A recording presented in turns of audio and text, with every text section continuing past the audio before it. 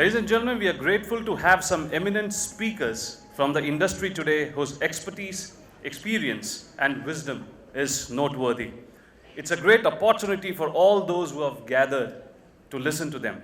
The set of elite speakers are going to throw light on some very important aspects of the human resources, like the future of HR, the leadership of tomorrow, and the most importantly, the digital transformation. To set the context for a very exciting speaker sessions for the day, may I call upon Mr. Ajay Bhatt, President, Global Human Resources in TAS Pharma. Good morning, Suprabhat, to all ladies, gentlemen, Mara pranam to all dignitaries on the dais and the auditorium, and my teachers. Coming on back of two illustrious speakers, one who has shown us path of privilegism, second, Dr. T.V. Rao, who has been talking about human capital, leadership capital, and to introduce the topic when some of the very senior known HR professionals, co-professionals sitting and business professionals sitting is going to be challenging, but I'll do my best. It's an absolute pleasure and privilege for me today to introduce a topic which for centuries has been of very importance and interest to many, not only HR professionals but many leaders. More so now in the post-VUCA world,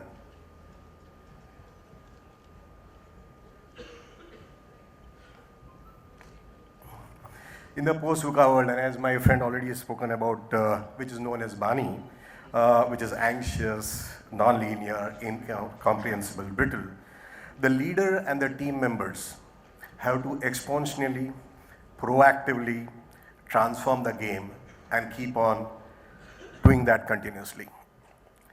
These are broad four forces which will keep on changing their axis, their speed, trajectory, attitude, altitude in multiple variations across geographies and economies.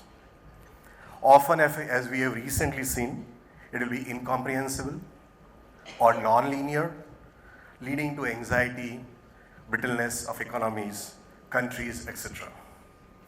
Let's examine some of these very quickly and research the challenge and the opportunities the leaders of 2030 and beyond will have.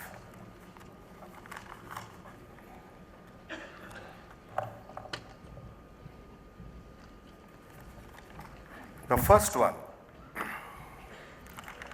is a shifting economic power. By 2030, the economic power of E7 countries, that is China, India, Indonesia, Brazil, Russia, Mexico, and Turkey, will be double the size of the G7 countries, that is US, UK, France, Germany, Japan, Canada, and Italy.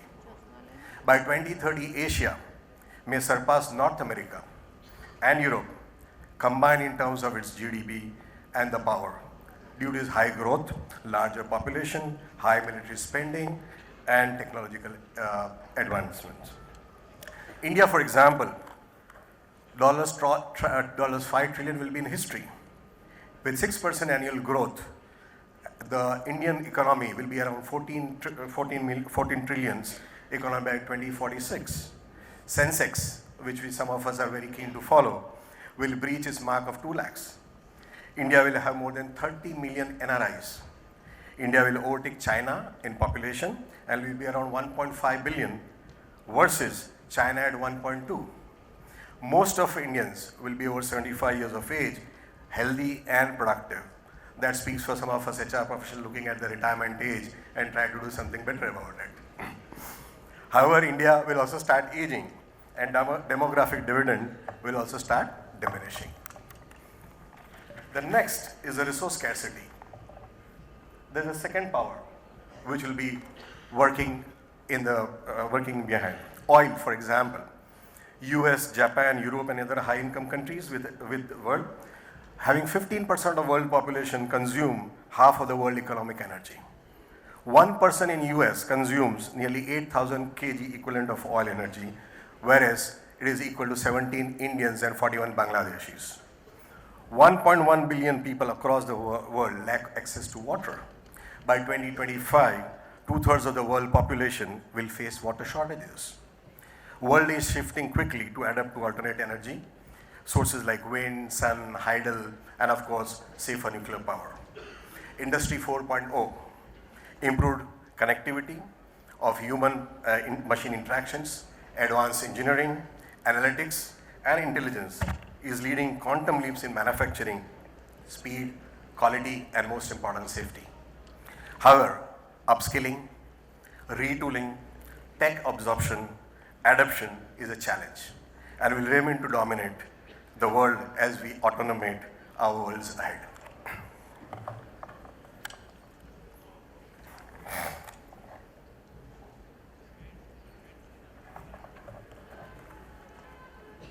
This one is interesting. Technological breakthrough. Recently, we have seen the messenger's mRNA vaccine, which was being worked on for 20 years, got a boost during COVID, and the world got benefit of the mRNA vaccines. Lithium metal batteries by QuantumScape has changed the range of EV vehicles by 80%. So these are some of the examples I'm talking of the technology. SpaceX program by Elon Musk, Starship. Google cars. Of course, there are a lot of jokes going around Google cars in Indian roads and the cows, how they can wreak havoc on the Google cars also. Humanoids. You go to every bank, airline, computer industry, you start interacting with many humanoids, whether it's an artificial humanoid or a physical humanoid. Computer assisted complex surgeries. And the innovation and the technological breakthroughs innumerable. The pace of change, what I am trying to say, the pace of this change will accelerate due to accelerated computing power. Faster data insight and response to the metaverse will unravel a new world where tech, life will blend seamlessly in the very near future, which has started happening right now also.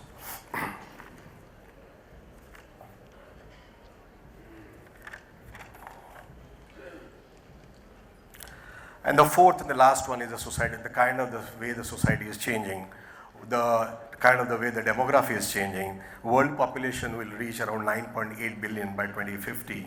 Low fertility rates will result not only in older population, but slower growth rates. Every Indian will own a cell phone. At present, the cell phone coverage is somewhere 87%. By 2030, it will be more than 100. It will be nearly a universal 100%. 50 crore domestic flyers. From 2.8 crore in 2021, we will surpass somewhere close to 4.81 crore in 2046. Half of the India will live in cities. In 2000, it is around 27.7%, and by 2030, it will go to 40.1%, and by 2045, it will be 49.6%. So these are the forces which every leader will have to account for, and then these are the mega trends which will need to, in which a leader will need to find a way to help his team to adapt new skills, capabilities, behaviors at a much faster pace, and also unlearn them and then learn new ones. This will need educators, coaches, developers, people with skills who can develop these tools and resources for this transformation and execute and implement it. And all in all this, the most important factor is how humanity choose to respond to these external forces.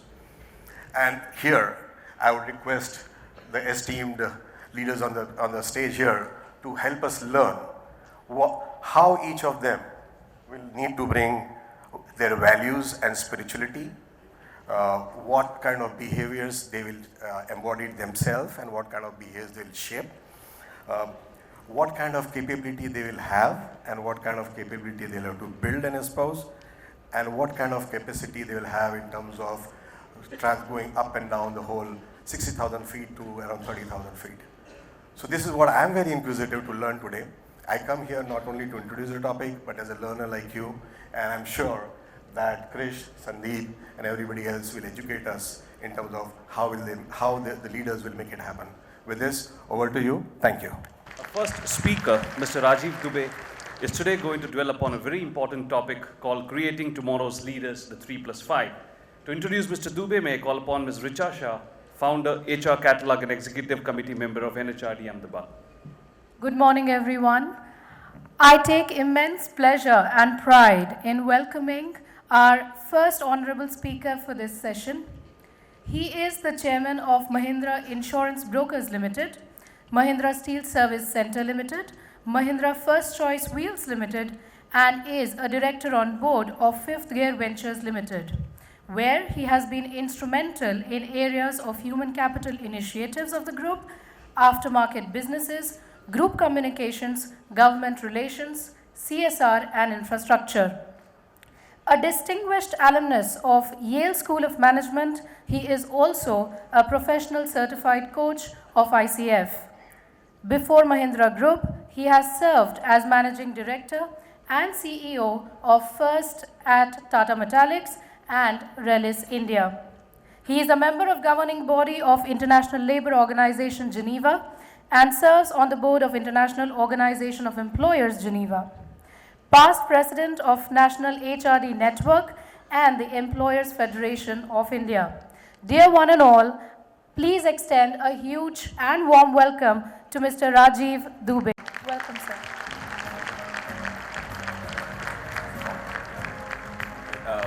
Good morning, good afternoon, good morning still. I am privileged, honored and deeply humbled to be standing in front of you in this august gathering. In fact, so humbled as to be rendered almost speechless, but I have a speech to give, so I take courage from the German poet Wolfgang Goethe, who would have told me, "Do not be so humble, dear sir, after all you're not that great." So taking courage from that, most humbly and respectfully over the next 30 odd minutes, I'd like to share with you my views, which also happen to be actually the Mahindra views of creating tomorrow's leaders, and very enigmatically I have put that subtitle, the 3+5, which hopefully I will demystify as we go along. Already we have been given an introduction to the new normal, so I won't go into the forces that are creating the new normal, but we must remember, and that's very important, that's the context for tomorrow's leaders. It's not only VUCA, which is volatile, uncertain, complex, and ambiguous. Some people are now calling VUCA Bani and stuff like that. Doesn't matter what you call it. There is a lot of volatility, uncertainty, etc. But in addition to that, there is a pushback by all stakeholders, whether it be consumers, employees, value chain partners, societies, and governments, and of course shareholders. Plus, there is interconnectedness. Everybody is connected at the micro and the macro level and the global level. So that's the context in which tomorrow's leaders have to operate. Now, the question for all leaders, and everybody here is a leader, in my definition, Dr. Rao, anyone who has at least one person looking up to you is a leader, right? So everybody is a leader here. So the question is, how do you create sustained business outperformance? Let's take that as the question. And lo and behold, we discover in the new normal that you cannot have sustained business outperformance unless, in addition to some things like strategy, structure, processes, and metrics, you are also showing extreme care for stakeholders because we are interconnected, and we are nurturing and nourishing the core values because those are that is the source from which everything comes. So this is the problem. How do we create these three things which will ensure the existence of leaders and of organizations? For any leader, the three perennial questions are, why are we doing something? What should we do? How should we do it? And then there are many others, when, where, what, etc.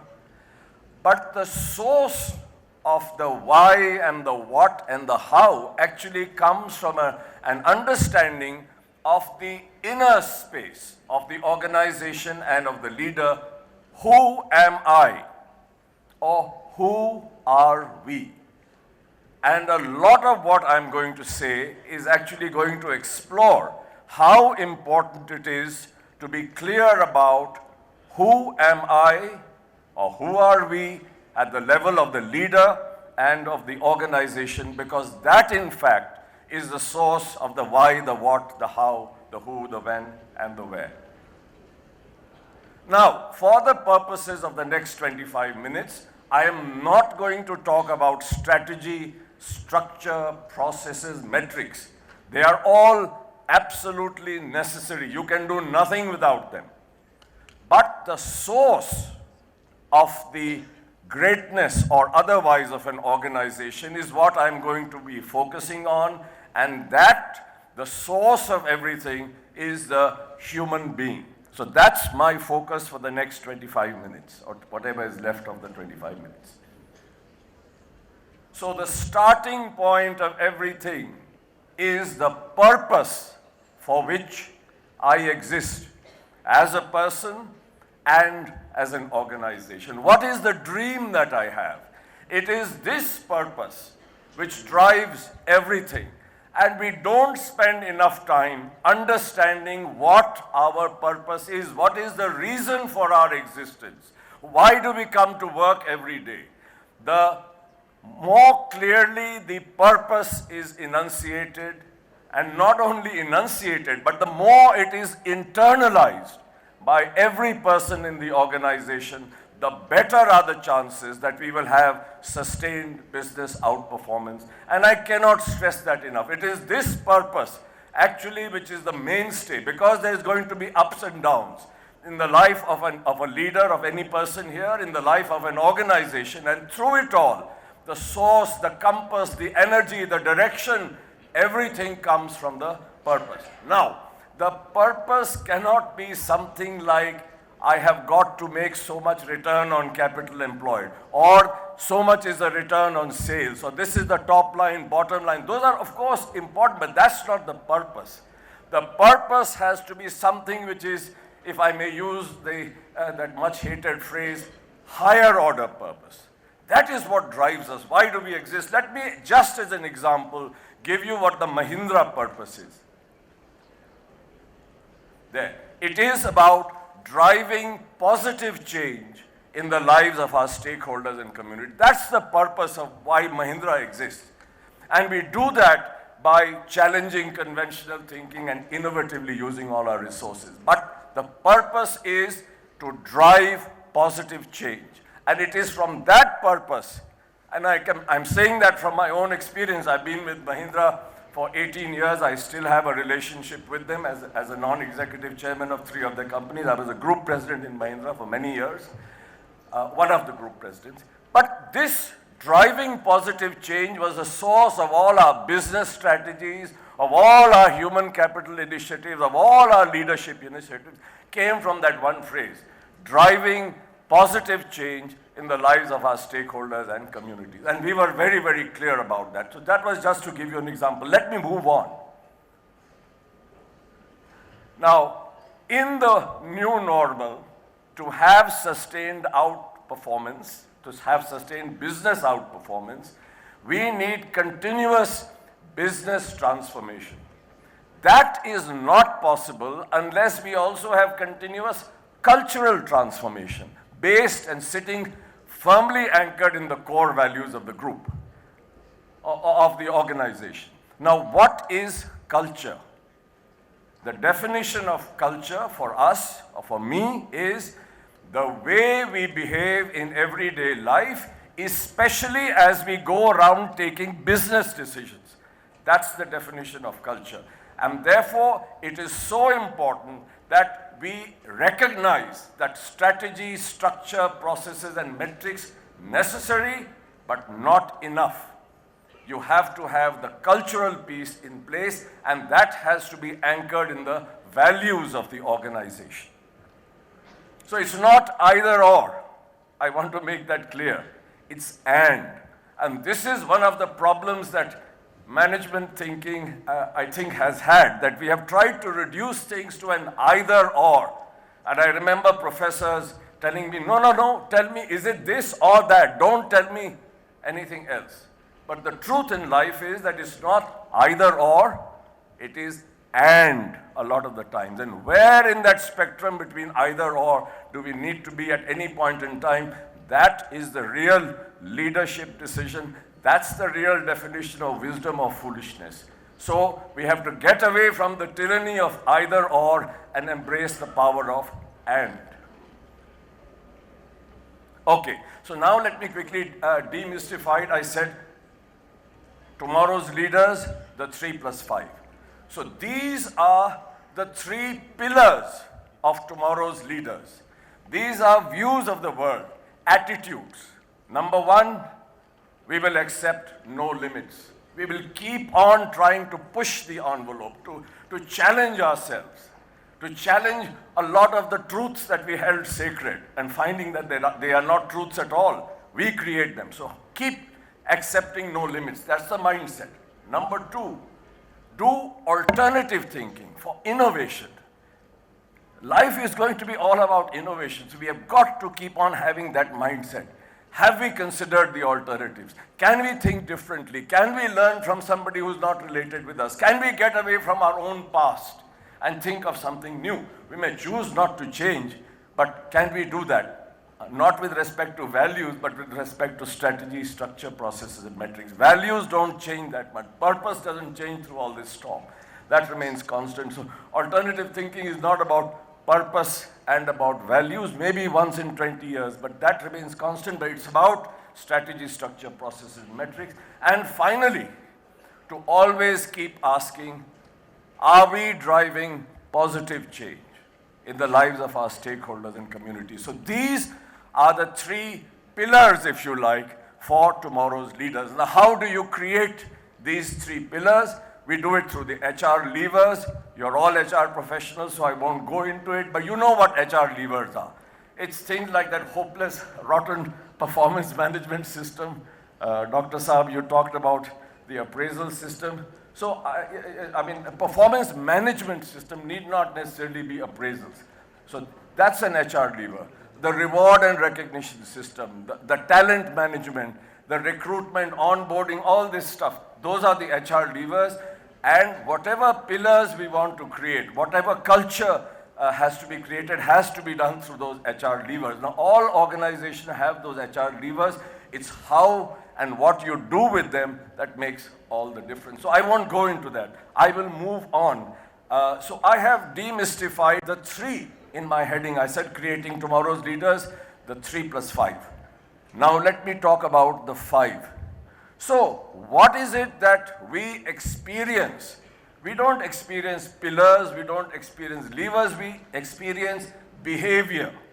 So I will talk about the 5 behaviors which I believe tomorrow's leaders need to have. So here we go.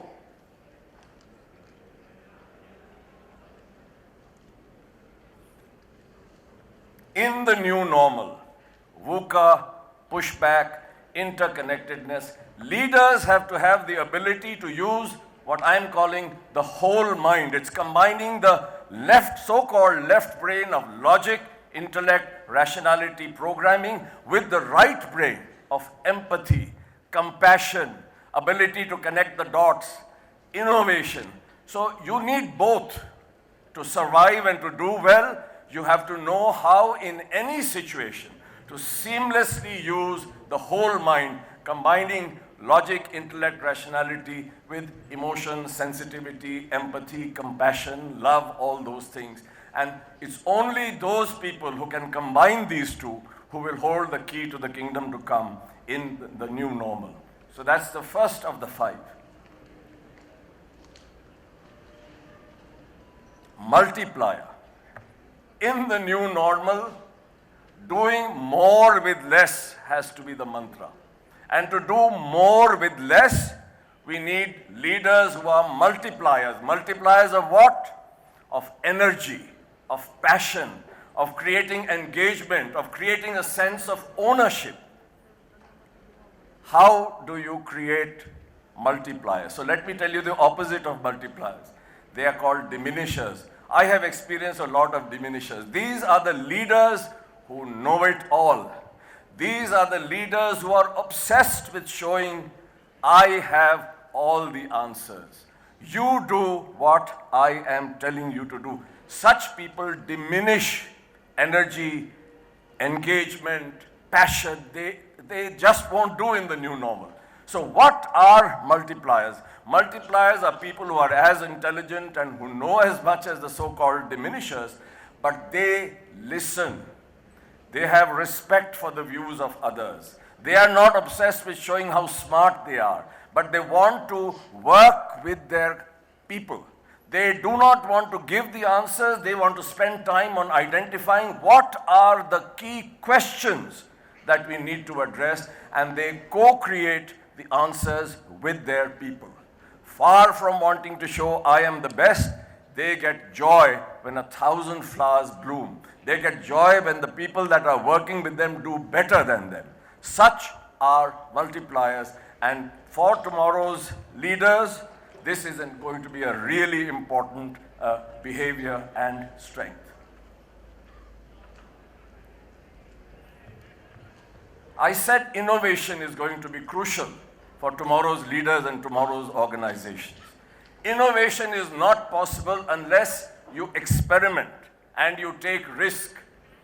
When you experiment, by definition, at least 50% of the time, on average, there will be failure. So what is important is not that you failed, but what you did after you failed. So this is called leveraging failure. The biggest obstacle to experimentation and risk-taking is the fear of failure. And tomorrow's leaders, far from ruling by fear, have to have that ability to enable people to overcome their fear of trying something new, overcome their fear of failure, and walk on the path of experimentation and trial and error. This actually is the algorithm for innovation, which is to experiment, to fail quickly, to learn from the failure, and then try again, because nobody, I promise you, is sure of what is going to happen. All those people who come and tell you, I know the answer, this is to be done, please believe me, I don't want to use the word that I have in mind, but please don't take them seriously, but nobody has a clue. It's only when you experiment, when you try, when you learn, when you fail. In fact, if you have not failed, it's almost guaranteed that you'll never do anything really worthwhile. I want your permission for a small quote. Many of you may have heard of the book Harry Potter series. The author of that was a total failure in life, professionally and in her personal life, till the success of Harry Potter. I'm quoting a few lines from her Harvard commencement address, I think in 2009. Here's the quote. It is impossible to live without failing at something unless you live so cautiously that you might as well not have lived at all, in which case you fail by default. The knowledge that you will emerge wiser and stronger from setbacks, that you will never truly know yourself or the strength of your relationships until both have been tested by adversity. Such knowledge is a true gift, and even though painfully acquired, it has been worth more to me than any qualification I ever earned, unquote. I move on now to the fourth behavior, mindfulness. I think that word mindfulness has been used before, so I don't have to apologize. In most other audiences, I'll have to say, oh my God, I'm so sorry. People will say, Dadi wala kya bolta hai mindful? Arey dhande ka baat karo, boss. Go and sit in a cave and be mindful. So I don't have to say that in this gathering. So mindfulness has many dimensions. The meaning that I have for mindfulness here is to be open to all the possibilities that exist in any situation. And you can do that if you are not a prisoner of your own past. So tomorrow's leaders have to have the ability to not be prisoners of their own past, to be stuck in fixed views of what is right and what is wrong. And this being stuck in the past and being a prisoner is of your failures and your successes equally, right? So we have to be free from the shackles of the past when we are in a moment. We have to be in what is called the here and now. so that we are at least aware of what the possibilities are. Are we listening to the voice of the consumer? Are we listening to the voice of the employee? Are we listening to the voices of the winds of technological change, etc., etc.? And it is from the awareness of possibilities that innovation comes, that you get ideas. You may reject all of them, but if we are not open, if we are not aware of what possibilities exist, how on earth are we going to make change, and how on earth can we be innovative? So this is a very important thing, to be aware of the possibilities by not being a prisoner of the past, to be in the here and now. And I want your permission for another quote. Oh my God, another quote about here and now. Look well to this day, for in its short course lie all the realities and verities of existence, the splendor of action, the glory of achievement, the sorrow of loss and separation, the joy of giving. For yesterday is but a dream, and tomorrow only a vision, but today, well lived, makes every yesterday a dream of happiness, and every tomorrow a vision of hope. Look well, therefore, to this day. Such is my salutation to the dawn. That's Kalidas for you. Last but not least, perhaps the most important now, you won't remember 3 plus 5. Nobody does. Even if you have to remember one word from my presentation, I would recommend this: trust. Tomorrow's leaders have to have the ability to create trust. What does trust mean? People trust the leader, and equally important, the leader trusts his or her people. Now, how do you create trust? Here is a simple but not simplistic explanation of how you create trust. Trust is created when I say what I think and I do what I say, again and again and again. So thinking, saying, and doing are aligned again and again and again. If you like, it is about walking the talk. If you like, it is about removing the mask and having the courage to be who I am, with my weaknesses and equally with my strengths. My strengths and equally with my weaknesses. So, if I may now quickly summarize, tomorrow's leaders in the new normal, VUCA, pushback plus interconnectedness, are those who have 3 pillars, who are guided by the 3 pillars, and they are there: accept no limits, alternative thinking, above all driving positive change. And they display 5 behaviors that actually bring these 3 pillars to life, and they are ability to use the whole mind, being a multiplier of energy, passion, engagement, knowing how to manage fear and leverage failure, being mindful in the sense of not being a prisoner of my past, and above all, creating trust through authenticity. That's the definition of authenticity. I think what I say and I do what I say. I think, say, and do align. So that essentially is the gist of tomorrow's leaders. But please bear with me for a few more minutes. I have a couple of other things to say. If I can get this slide to move. So if I were to cut through all the verbiage that I have inflicted on you, it's all about unleashing the potential of people and of the ecosystems in which we operate. And it is my belief that you do that by creating meaning in the lives of people through the purpose, by empowering people and not being a command and control freak, and by creating shared value. When you do that, you create a sense of passion.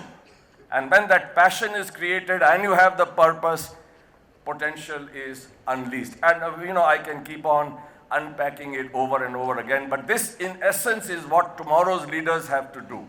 In essence, and they do that through the 3 plus 5.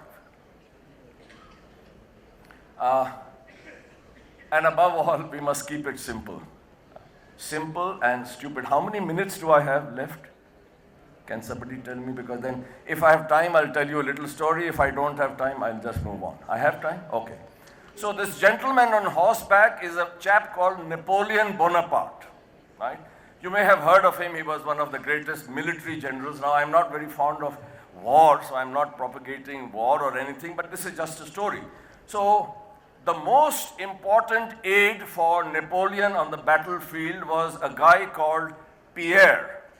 Pierre used to be sitting with Napoleon in his main battle tent when a battle was on. And those days, the battles were fought by people who had no means of communicating. There was no telephone, there was no wireless, nothing of the kind. So there would be generals and brigadiers in different parts of a huge battlefield, and from time to time, they would send messengers on horseback to get instructions from Napoleon on what they should do. So imagine here is Napoleon sitting, Pierre is sitting next to him in the main battle tent, and there comes one messenger from, say, General Blucher. The messenger is full of sweat and dust. He jumps off his horse, salutes Napoleon, and hands him a piece of paper, which is a message from the general describing his situation and asking Napoleon for instructions as to what he should do. So Napoleon looks at that message, he thinks for a while, and then he writes down his instructions. Do you think he gives his instructions straight to that dispatch rider to take it back? No. He hands his written instructions first to Pierre. Pierre reads it. Then Napoleon asks him a few questions, and depending upon the answers that Pierre gives him, Napoleon decides whether or not to send his instructions to the general. Guess who Pierre was? Pierre was the village idiot. He had an IQ of 60. Napoleon used to check whether Pierre had understood his instructions, and if indeed Pierre had understood, then Napoleon knew there was a decent chance that the general would also understand him, and only then would he send his dispatch message across. So this is just to say, for God's sake, please keep your communication simple. Not simplistic, you have to do a lot of thinking, but keep it simple. And so that even a stupid person like Rajiv Dubey can understand what you're saying. You see, there's a huge pressure on us to appear smart.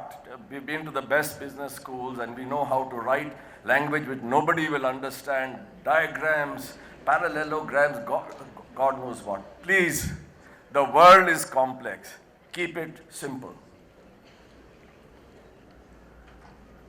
Very quickly, what is this? For tomorrow's leaders and tomorrow's companies, and I want to go through this very fast, community interaction is going to be absolutely vital. Now, one is that morally and philosophically it's the right thing to do, to give back to the society from which we are taking everything, and that would have been good enough reason to do it. But by the way, there are solid business reasons why we should interact with community very seriously. So one is that when we interact with communities, especially at the bottom of the pyramid, we get access to the unmet needs of underserved customers in underpenetrated markets. And from that knowledge, we can create new products, we can create new services, we can create new business models, we can create new companies. So, community interaction has the potential to be a mother font for business innovation and growth, and which should be very relevant for HR people, for everybody. Why only HR people? It is a crucible experience for leadership development. When you are interacting with communities, and it's not only about giving money, when you're actually in touch with them and doing seva, you have to learn how to influence without having authority. You have no authority over people. They may very well reject what you're saying. And this is actually influencing without authority is going to be the leadership model in the new normal. And I can go on and on about it. Don't want to confuse you, but just to say that community interaction is going to be really, really crucial, both from a moral and philosophical point of view, as well as from a business point of view. And all of you, is my earnest request, please take it seriously. So if I were to try and put it together, with apologies, sir, Professor Rao may not approve this, but tomorrow's leaders have to be those who are led by purpose and know how to combine knowledge, that is knowing, with execution, that is doing, and most of all, the purpose and the inner space, which is the being. So tomorrow's leaders are those who are led by purpose, know how to combine knowing, doing, and being in pursuit of the triple bottom line of profit, people, and planet, and have the ability to create the passion that is required to enable the potential of people to be truly unleashed towards achievement of the purpose. So this is a bit of a theoretical summary of tomorrow's leaders. One second, I have what's that? Oops.